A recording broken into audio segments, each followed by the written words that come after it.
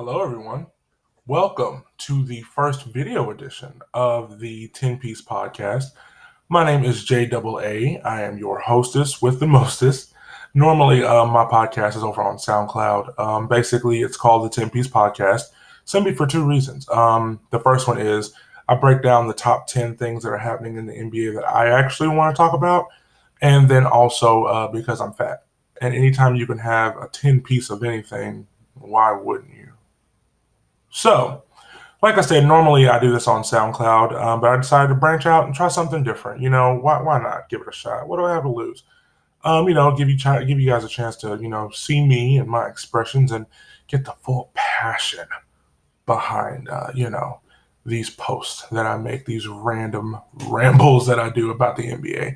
Also, gives you guys a chance to judge the shit out of me, which it's always fun. But if you're gonna do that, at the very least, take the time to like, comment, subscribe, donate, Cash App, PayPal, Venmo, Backpage. Anyway, so I'm going to be reading these live from my phone. It's actually been a while since I've done a podcast, just because I knew that once the finals ended, the NBA was going to shit itself between free agency, the draft, trades, etc., etc., and that's exactly what happened. So first and foremost, congratulations to the Toronto Raptors, the 2019 NBA champions. Um, you know, Great job. Congratulations. Kawhi Leonard, you braided bad bitch. We're still waiting on you to see where you're going to go in free agency. Everyone else has busted a move. Why haven't you? Motherfucker, you. Anyway, congratulations. And now next year I can go back to rooting against you. Just simply because of the fact that, I wanted you to win this year because you were going against the Warriors. And who didn't want to see them lose except for them? So, but now you can return to mediocrity because Kawhi's going to leave. So yeah, that'll be dope. The Warriors lost due to injury, but whatever. We'll definitely be talking more about them in depth. So I'm going to be reading these live from my phone, live from Woj's Twitter page. So, if you happen to hear a grinder notification, just mind your fucking business. Speaking of which, congratulations to Lil Nas X, actually, side note, who came out as non-heterosexual and has pissed a lot of people off because of that. A gay or bisexual black man has the number one song in the universe right now. Kudos to you for pissing people off. So, because what he likes in bed is your fucking business. No. Anyway, so we're going to go ahead and get this free agency shit started. I'm going to break down all the moves, all the grooves, and just kind of give my opinion and feedback on how this is going to impact that team, what's going to happen, and how I feel this upcoming season is going to shake out. So the first big thing that happened, the first big domino that fell, was Anthony Davis going to the Lakers. Now, this coming out and this taking place kind of put a lot of things into place because now we know, okay, well, Boston has these cards now. What are they going to do?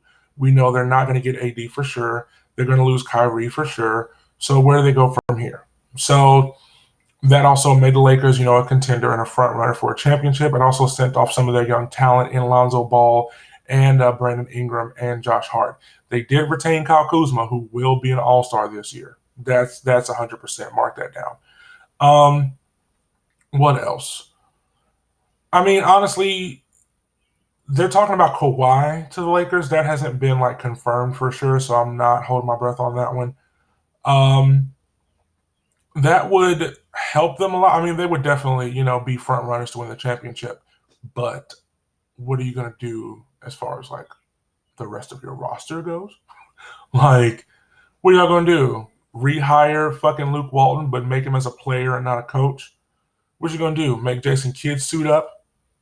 You hired him as an assistant. You forced him onto whomever staff you were going to make the head coach. So what's he there for? Make that make sense. So I feel like instead of because Anthony Davis gave up, a $4 million trade bonus to kind of help them with that cap space, but I still use that money to get good players. And now this shit has started. The list is dwindling down. You're not getting JJ Redick because he signed a 2-year, $26.5 million deal to join the New Orleans Pelicans. So you're not getting JJ Redick.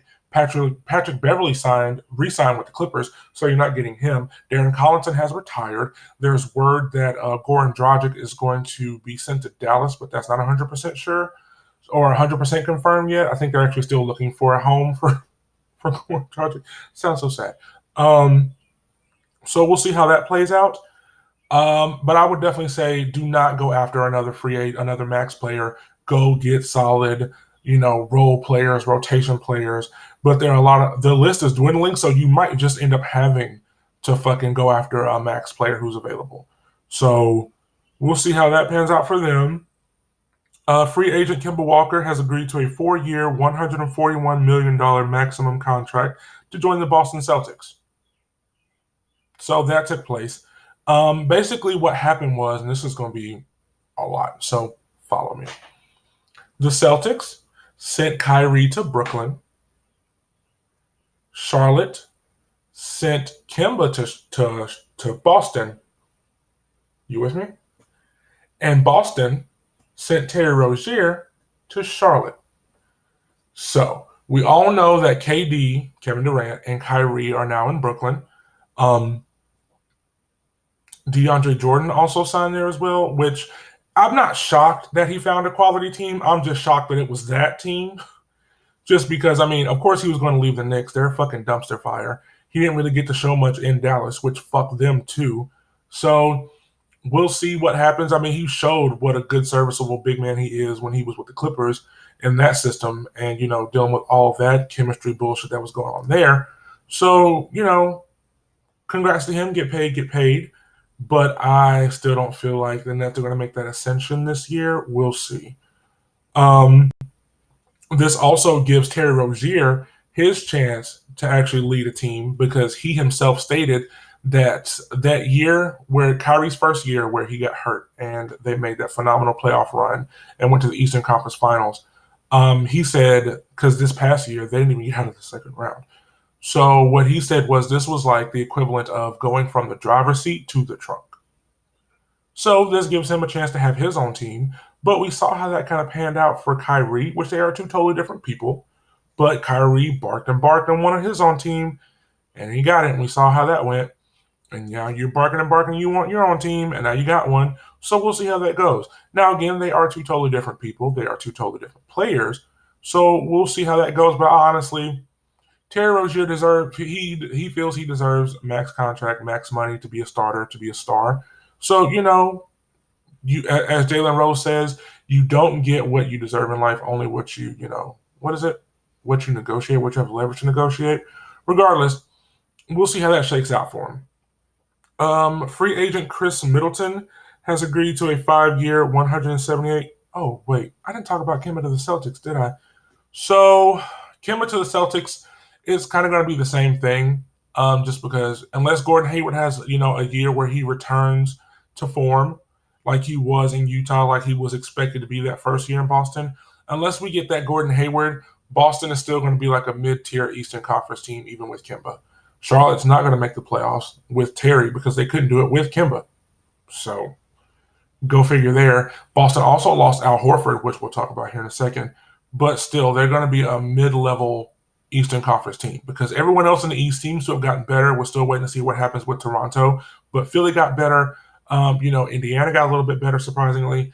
Milwaukee managed to retain, a lot of key guys. So, as I was saying, Chris Middleton has agreed to a 5-year, $178 million deal to return to Milwaukee. Get paid. That's a lot of fucking money for you. Not saying you don't deserve it, but man, get fucking paid. Like I said, they're going to run it back. They got the MVP and Giannis, my MVP, just like I said.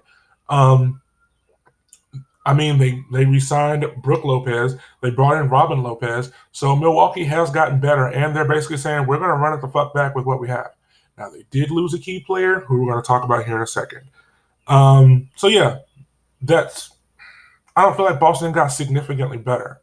So this doesn't really do much. Sorry about it. Free agent Harrison Barnes has agreed to a 4-year, $85 million deal to stay with the Sacramento Kings. They're just desperate at this point to do whatever because that's the only logic I can get out of that.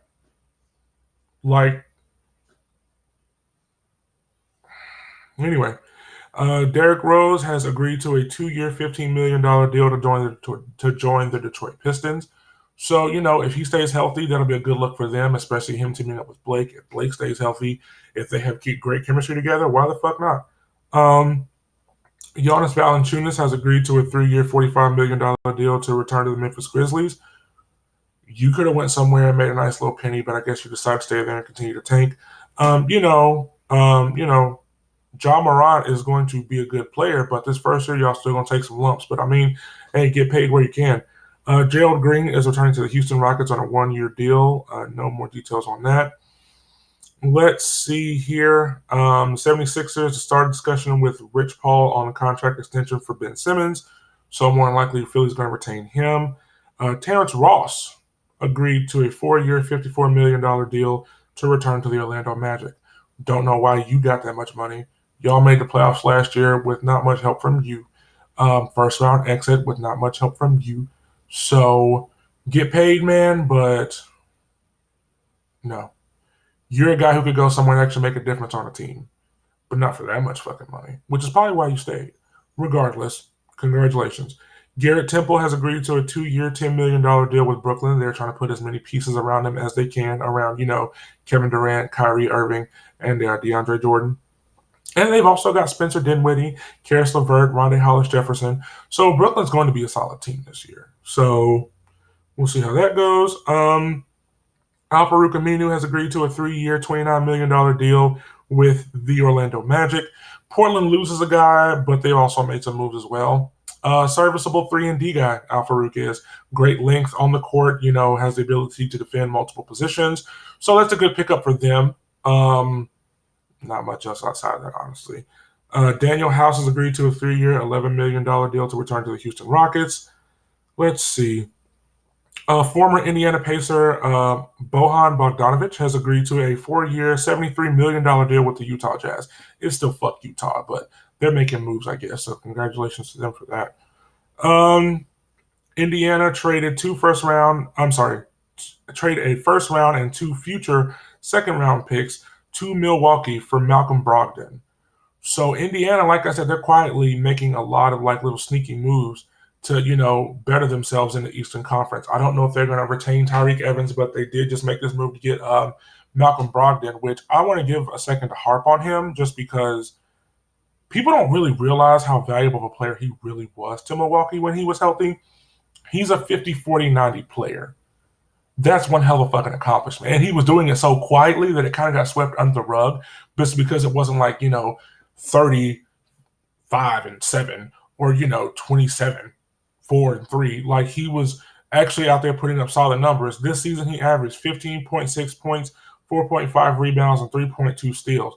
But he did it on 50% shooting from the field, 42% shooting from 3, and 92.8% shooting from the free throw line. That's fucking phenomenal.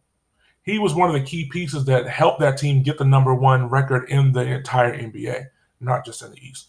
So Indiana has definitely made a solid move to pick up a solid player. So, and with Victor Oladipo coming back, Miles Turner will emerge as one of the top 5 centers in the NBA if he's not already on your list.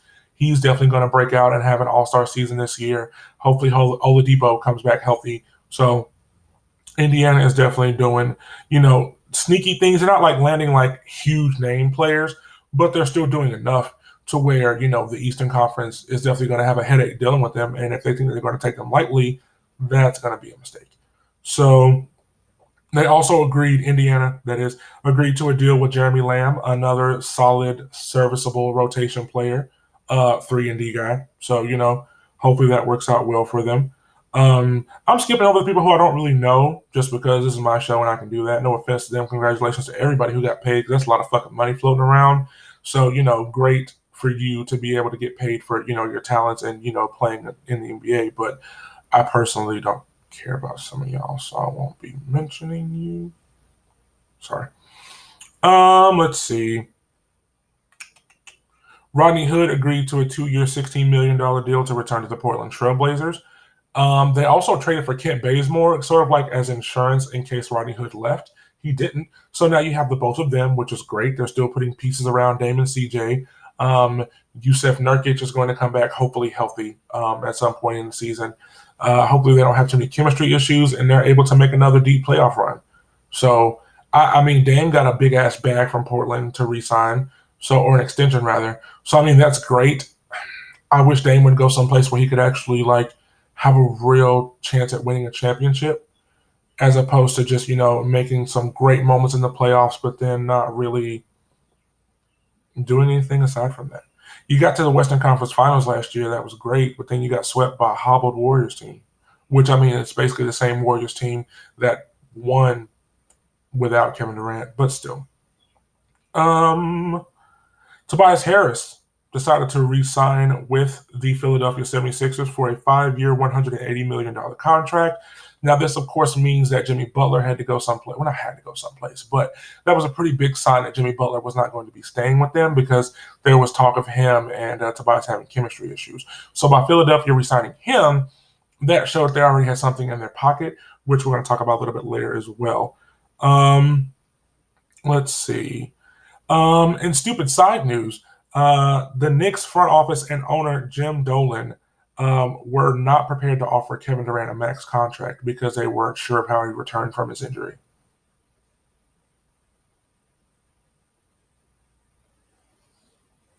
Fucking idiots. Nerlens Noel was in talks with the Oklahoma City Thunder for a deal, but then they put the brakes on that. Julius Randle has agreed to a 3-year, $63 million deal with the New York Knicks. I'm glad he's getting paid. Congratulations. Who'd have thought he'd be the savior of the Knicks in free agency? Because according to them, they were going to get Zion, they were going to get KD, they were going to get Kyrie, they were going to get Boogie, they were going to get Jesus Christ, they were going to have Moses out there. Like, according to Knicks fans and speculators, the Knicks were going to have everybody. But you got Julius Randle and Taj Gibson and Wayne Ellington. No offense to any of those players, but they're not all-stars. Miami is finalizing a sign and trade with Philadelphia to acquire Jimmy Butler. Now, initially, this was going to be some sort of three-way deal where Jimmy was going to go to Miami, Josh Richardson was going to go to Philadelphia, and then Goran Dragic was going to go to Dallas. But apparently, they have walked that part of it back for Goran Dragic, so now they're just trying to find him a home. That sounds fucked up to say, but they're waiting to find a team that is willing to accept Goran Dragic.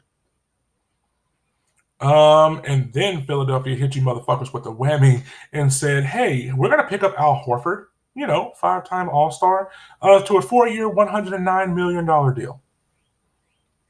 The East is in trouble.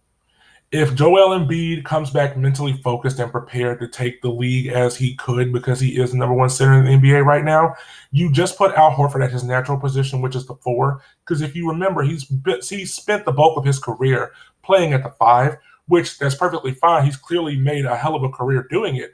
But Al Horford is naturally a power forward. So now he gets to play a power forward along the best center in the NBA. The East is in trouble. This is something I didn't know that was even a thing that you could do. The Horford contract has $97 million guaranteed and $12 million in bonuses tied to championships. So apparently Philadelphia is expecting them to win. They're like, hey, dude, if we win championships with you here, you get some extra cash. So hopefully, that's a thing that happens.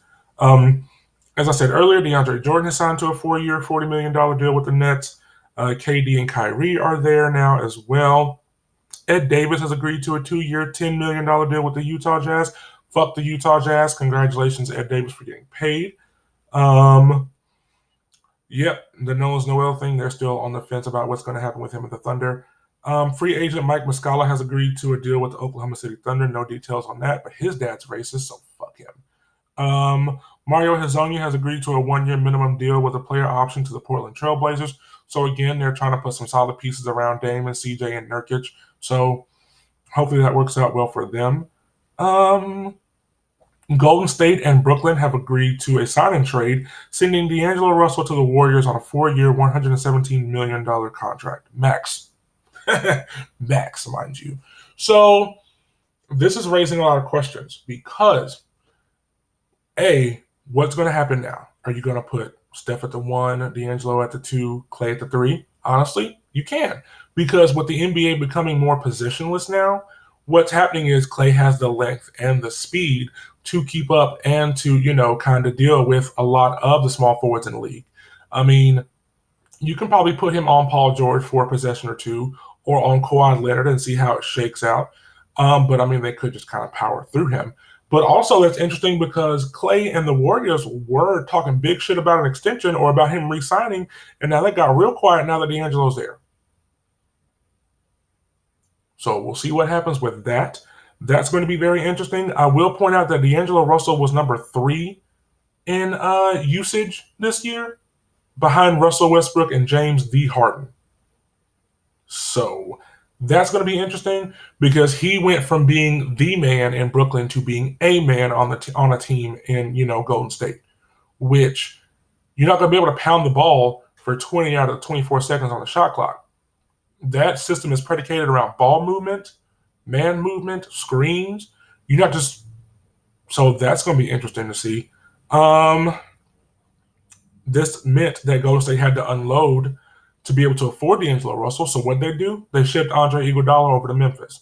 Now, he felt like he was on the trading block. That's why he came out within the past couple of weeks, basically letting the chopper ring about everything that's happening. And how he's all for, player empowerment, how, the role the Warriors played in Kevin Durant getting injured, which, I mean, he was indirectly a part of that. I won't say that he was actually like, one of the catalysts for it, but because here's what happened, right? So Kevin Durant fucked up his calf. And the Warriors were like, okay, it's just a calf sprain, whatever. Didn't Iggy come out and also say that they lied about his injury as well? But then you put the pressure on Kevin Durant being like, hey, man, it's just a calf injury. You can come back from it. You had plenty of time to heal. The worst thing that could happen is, you can go out there and maybe do some more damage to your calf, which fuck y'all for that in the first place. But then also, he went out there and tore his whole Achilles. And then you were saying stuff like, oh, well, teammates are saying that he could go out there and play, but, they're not sure why he's not. The owner said, I'm very confident we'll see Kevin Durant out here, in the finals. They're talking shit like, oh, Kevon Looney, who is now also looking for a home because they're not going to be able to afford him. Kevon Looney broke his fucking neck, and he's still out here giving you boards. Andre Iguodala fucking snapped his fucking shin, and he's still out here putting up clutch shots and playing defense. Klay Thompson ripped out a fucking lung and gave it to a kid in need, and he's still out here putting up shots. So what's your excuse, Kevin Durant? And he goes out there and fucks up his Achilles. Now he can't play for a whole season on our new team. So he was basically talking about that. He said things like he feels like Mark Jackson was blackballed from the NBA by the Warriors. Makes complete and total sense as to why he hasn't had a job since then, even though he led them to the playoffs and put that core together and instilled defensive principles into them. But what the fuck do I know? Anyway, that happened. Bobby Portis has signed to a 2-year, $31 million deal with the Knicks. Again, congratulations to him, but Knicks, whatever. Patrick Beverley has agreed to a 3-year, $40 million deal with the Clippers. Get paid. You deserve that. Good shit to you. Let's see. What else is happening? Chicago has agreed to a sign and trade with Washington for Thomas Satoransky. That's cool. When John Wall being hurt, this past season, Thomas Satoransky, had a chance to show and prove that he was a decent playmaker. So that's fucking dope. As of right now, I believe that is all. Wayne Ellington is signed to the Knicks, a 2-year, $16 million deal. So, again, they're picking up pieces. They're not big pieces, but they're pieces. Michael Carter-Williams has agreed to a 1-year deal to return to Orlando. That's cool, I guess. So that's pretty much how free agency has shaken out thus far. Again, we are still waiting on, the baddest bitch of all, Kawhi Leonard, to, come out and tell us where he's going to play. But also, now that all the chips have fallen, the Warriors, I feel like they're still, gonna go out there and they're still gonna be great, but they're not gonna be as intimidating as they were. The Lakers, you still gotta figure out what the fuck. I feel like at this point they have to know they have Kawhi in the bag, just because Patrick Beverley was a name that was being discussed. He's now signed to the Clippers. JJ Redick was a name that was floating out there. He's now in New Orleans. Darren Collison was a name they were looking for. He retired. So There were talks of D'Angelo Russell. He's now in Golden State, which also that's fucking funny because Cat thought that he was going to go up there to Minnesota. Who the fuck wants to go to Minnesota to play with y'all? This is going to be fun. No, it's not. No, it's not. It's not how it's going to go at all. Nobody wanted to go up there willingly to play with y'all because y'all don't take it seriously. You're just there to get paid, which I'm all for that. That's great. If I could get paid right now, that would be phenomenal. But regardless, you guys are very childish and you don't take it seriously. That's why Jimmy Butler tried to fight all y'all. Sorry. So yeah. Kevin Durant, went to the Eastern Conference. He's now with the Nets. He's going to be sitting out this season, so he's kind of irrelevant. Kyrie went to the Nets, so he was in talks with the Lakers too, supposedly, but we see how that panned out. Who else? We still don't know where DeMarcus Cousins is going to go, which he has definitely shown that he's still a top 5 big man in this league. Probably, in a constant tug of war between the top 3. So we'll see how that goes. Who else is still out there that the Lakers could even pick up? I mean, they still can make a deal for Bradley Beal, but wouldn't it have to be like a sign and trade? Who you gonna trade? You gonna keep Kuzma, who's gonna be an All-Star this year, but you still got to figure out what the fuck you're gonna do to put around y'all, because it can't just be LeBron, AD, Kawhi, and Kuzma. That's not how it's going to work. And plus, LeBron, you ain't no spring chicken, so you can't be going out there giving 48 minutes a night, all 82 games. So what are you going to do? Y'all got to figure that out. So honestly, I feel like, of course, the Nets won the most out of this whole free agency thing as of right now, unless the Lakers nab Kawhi, because Kawhi is the hottest commodity, finals MVP. But we'll see what happens, throughout today. I'll probably do another episode soon. I've already been here for almost 30 minutes, so going to go ahead and wrap this bad boy on up. Thank you so much for tuning in. Hopefully you enjoyed yourself, found this insightful and entertaining. If not, at least you watched it, so thank you for that. Follow me on Twitch, 10 Piece Podcast. I am a gamer. I do stream. Follow me on Twitter, JAA27. Talk a lot. I talk big shit on Twitter. It's fun. Follow me on SoundCloud, soundcloud.com/10 Piece Podcast. Follow me on Instagram, JA2 827. All that information will be in the description box. Thank you so much for stopping by. Normally, I end my show on this note that Mark Jackson should have a head coaching job in the NBA, but he doesn't. Mostly because he has been blackballed by the Warriors, as Andre Iguodala confirmed, and then they said, well, guess who's next, bitch? Go on to Memphis and retire there. So that sucks. But still, Mark Jackson deserves a head coaching job. Give him an interview. Do something. My goodness.